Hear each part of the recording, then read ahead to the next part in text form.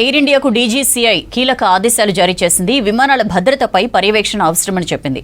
ఇంధన పారామీటర్స్ సహా కీలక విషయాలపై అడ్వైజరీ జారీ చేసింది. లోపాలను గుర్తించింది. 15 రోజులుగా నివేదిక ఇవ్వాలని చెప్పింది. అప్పటి వరకు ఎయిర్ ఇండియా కార్యకలాపాలను నిలిపివేస్తున్నట్లు ప్రకటించింది director general of civil aviation.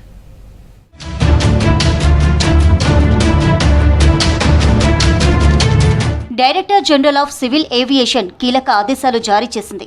ఈ మేరకు ఎయిర్ ఇండియాకు సూచనలిస్తూ లేఖ రాసింది.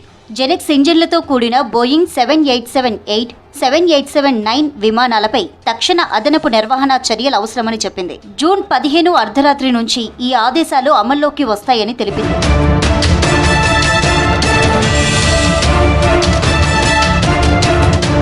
బోయింగ్ విమానాల భద్రతపై కీలక ఆదేశాలు జారీ చేసింది డీజీసీఏ. భారతదేశం నుంచి బయలుదేరే విమానాలలో ఎయిర్ ఇండియా ఒకసారి ముందస్తు తనిఖీలు నిర్వహించాలని సూచించింది. ఇంధన పారామీటర్ పర్యవేక్షణ వ్యవస్థలు, క్యాబిన్ ఎయిర్ కంప్రెషర్లు, ఎలక్ట్రానిక్ ఇంజన్ నియంత్రణ వ్యవస్థలు తప్పనిసరని లేఖలో తెలిపింది.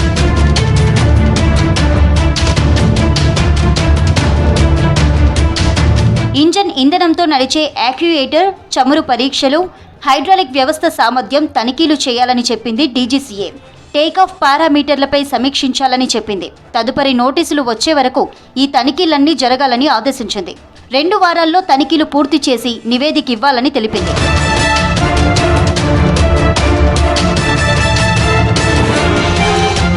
డీజీసీఏ సూచించిన విమానాల్లో టాటా గ్రూప్ యాజమాన్యంలోని ఎయిర్ ఇండియా బోయింగ్ 787-8 విమానాలు 26, బోయింగ్ 787-9 ప్లేన్లు 7 ఉన్నాయి. జెనెక్స్ ఇంజన్లతో కూడిన ఈ విమానాలపై భద్రతా చర్యలు తీసుకోవాలని చెప్పింది డీజీసీఏ.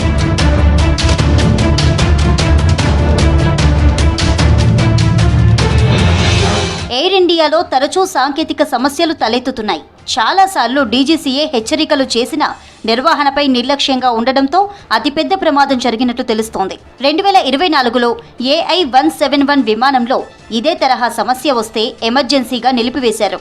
నిర్వహణ లోపాలు, విమాన భద్రతపై తరచూ విమర్శలు వచ్చినా అధికారులు నిర్లక్ష్యంగా వ్యవహరించినట్లు తెలుస్తోంది.